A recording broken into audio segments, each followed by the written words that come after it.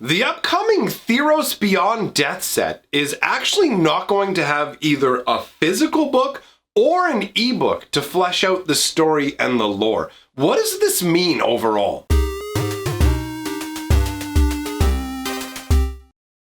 Greetings, owners of fine luxury cardboard rectangles, and most likely fellow lore lovers such as myself. A lot of you already know I am a big fan of flavor, story, lore, all of that when it comes to Magic the Gathering. So, admittedly, I'm kind of sad that there will be no Theros book. Wizards has officially announced there will be no ebook, there will be no hardcover book. I wasn't expecting a hardcover or actually a physical novel at all, but I had held out hopes for an ebook for the Theros story. So what's going on here? Why is Wizards of the Coast choosing to not release a story for Theros specifically? Honestly, when it comes to the Magic lore and story department, not on the cards, but in separate areas, things have been kind of wonky for a while now, which is really unfortunate for those of us who love lore. I think, honestly, all of the problems that are going on and the choices that Wizards are making are based on what happened with War of the Sparks storyline. Because let's talk about a success before we talk about the failure of the War of the Sparks stuff, because that did not go well at all. Let's talk about the success of the Wildred Quest. Okay, the Wildred Quest was a story designed for a one-off plane. We're just going to Eldraine for one set. We get one nice encapsulated story, which featured planeswalkers we were already familiar with, a new planeswalker, as well as a cast of characters that we weren't familiar with. And it had a nice story in that we had stakes. There were things on the line. You had the wilds that were going to encroach on the realms of man, and man trying to maintain order and some safe place for themselves in the world, and the contrast between those two sides of the coin, right? The wilds versus man, represented by, like, you know, Oko versus King Kenrith at the highest level sort of setup, or Oko versus the Kenrith kids, the Kenrith family, however you want to look at it. Either way, it was an enjoyable story. Now, let's set a baseline of expectation here. First of all, Magic stories have never been truly amazing. They've never written a Magic novel that was knock your socks off great, but that's okay. Because when you're reading Magic novels, you're reading them to learn about the world that we're going to, the characters that are there. So it doesn't have to be as strong of an offering, because the novels and things like that, to me, are fan service. It's a way to give those of us who want to see deeper underneath the cards and what's going on in the world a nice treat. That's what it exists for. And the Throne of Eldraine novel did that in a very nice way. It added a bunch of details and depth to the world, some nice descriptions. We got to interact with some of the characters that show up on cards. Otherwise, what about Sir Eleanor? You're not going to know anything about them. But according to the novel, you find out that she had like a hex laid on her when she was young to try and mess up her magic, but that actually instead made her pretty much immune to magic, which means she was able to go out and explore in the wilds without worrying about fey magic and other just cool little details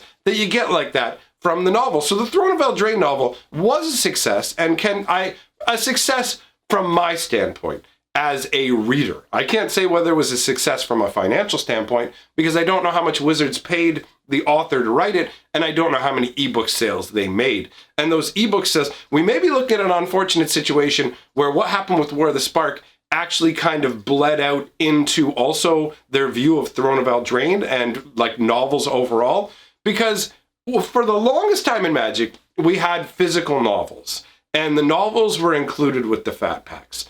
Then Wizards of the Coast decided that they wanted to sell individual novels, but not have them associated with the fat packs, because they were just a toss-in, a nice bonus. And honestly, that was a sweet spot for Magic novels, because you didn't have insanely high expectations from it. You're not buying an individual product, you're buying a bundle, where that's what we're talking about. The old fat packs are essentially the same as bundles, where you would get some booster packs, you would get like a product guide, and you would get a novel based on the set. So the novels were written on the level of, yeah, we're going to be throwing these in boxes or whatever. So they were good, but not great. But that's all you need from a Magic novel. So for the longest time, they included those in bundles.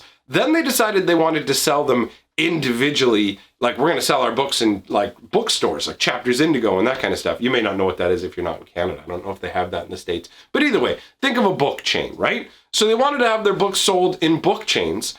And the problem is that the quality of the books wasn't high enough, really, to be individual sellers mostly. I mean, depending on the person you talk to, Magic fans, yeah, it just seems like from the fact that they discontinued selling the books in bookstores and stuff like that, it seems to me like they didn't get the results they wanted. So then we entered into a period where Wizards didn't actually release any novels. They did everything through like a story page where you could go and you would get these different Magic stories, right? They would put articles up where you could see different aspects of what was going on. Here's a little short story about this. Here's a little short story about this. And I like those too. I like anything that adds to the level of lore.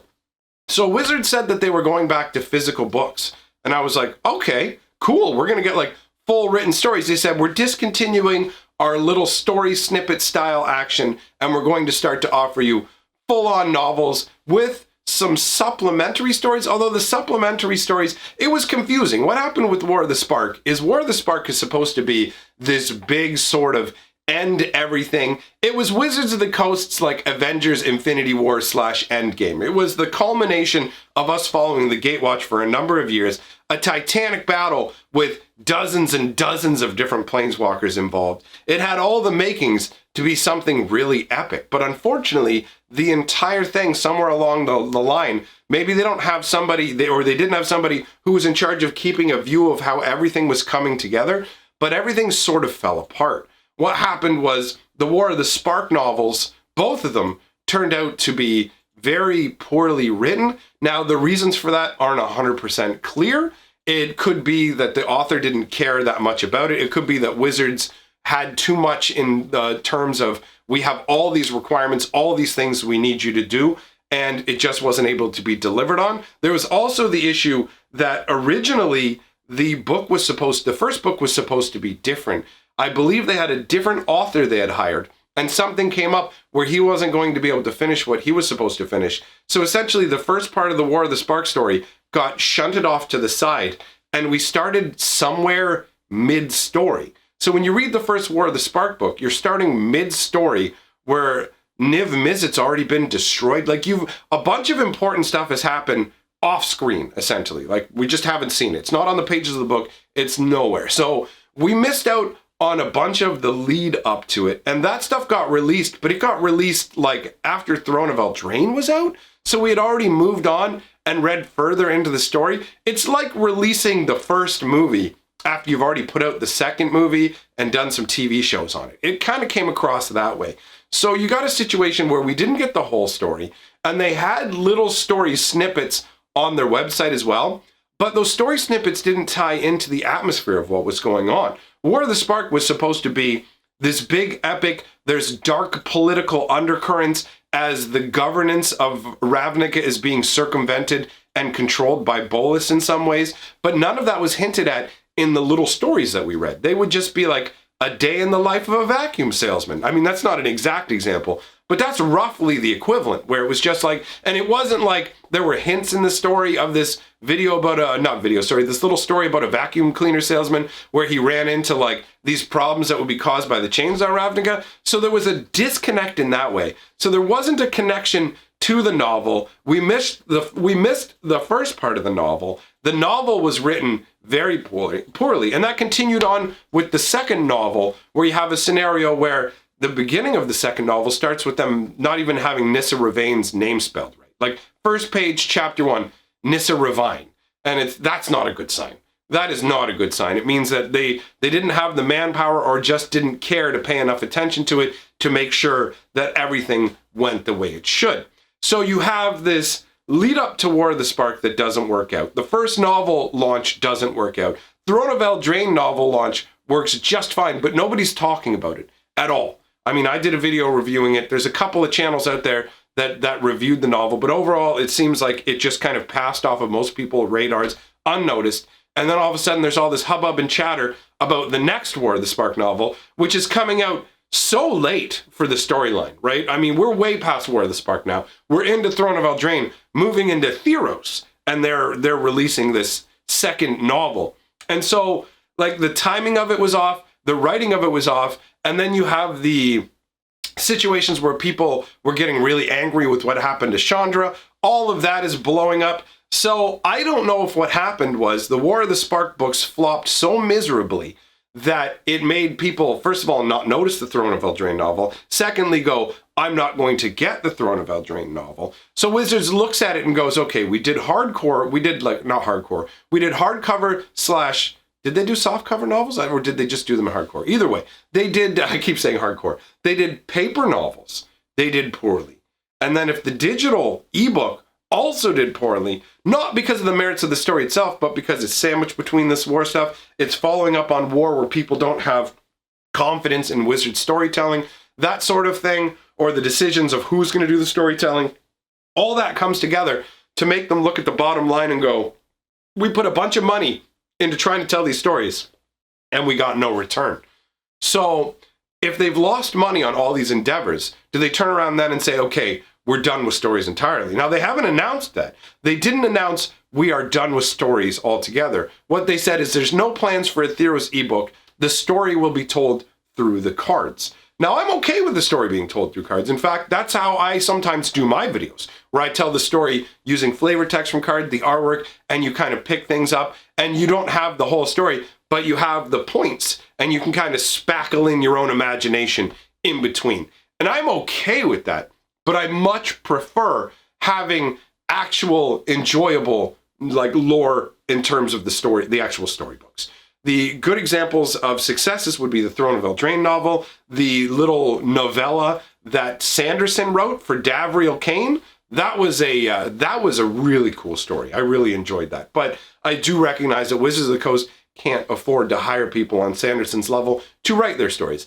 And that's okay. The Throne of Eldraine novel illustrated that they are capable of finding storytellers who can work within the world that they're given and give an enjoyable story. Because I do give a thumbs up to the Throne of Eldraine novel. I found it enjoyable. It had a few surprise moments. It had stakes in it. Overall, it felt like a very reasonable book. So from my perspective, I genuinely hope that this is just something that's going on with the Theros set, and Wizards of the Coast is still going to intend to do stories. Maybe what will happen is we'll be in a scenario where they're not going to do a novel or story to accompany it unless it's a multiple block scenario, like a multiple set block. If you don't know what I mean by that because you're new to Magic, Throne of Eldraine is a singular set, right? Where there's no other sets connected to it. Whereas Guilds of Ravnica, Ravnica Allegiance, and War of the Spark are all part of the same storyline. They're all essentially part of one block. And so there may be a situation where Wizards of the Coast is only going to do stories when we're dealing with block scenarios, and it may be that they're abandoning it altogether. At the very least, if they're not going to put out novels, I do hope that they still put out little articles with tiny little bits of story, because those were cool, man. They had ones about Massacre Girl and other characters, and I do like that. The flavor adds a lot to Magic the Gathering for me. I'm not just a purely numerals and mechanics kind of guy. I enjoy the actual genuine like flavor, the story underneath, fuel for my imagination. So it is my hope that this is not a permanent sort of scenario that we are looking at. Now, let me know what you guys think. How do you feel about the stories? Do you care? Do you read the novels? Are you going to miss that stuff? I feel like there's going to be a higher incidence of people on this channel who are going to miss that sort of thing, because I feel like more people who like lore and flavor are drawn here just based on the nature of my channel. So I want to thank you all for coming by. I'm going to link some videos from this channel and my other channel where we goof around and make some silly comedy videos, so you can check out whatever you like. I encourage you to come on over to my second channel, trying to grow that up to be a big beefy boy. All right, so thank you to all my patrons and channel members. I genuinely appreciate you supporting the work that I do. Every once in a while I'll get all classy for you. You like my Christmas tie? That's for you guys. It's for the patrons and channel members, because you're so special. Anyhow, I appreciate everybody coming by. And remember, my friends, together we are the sixth color of magic.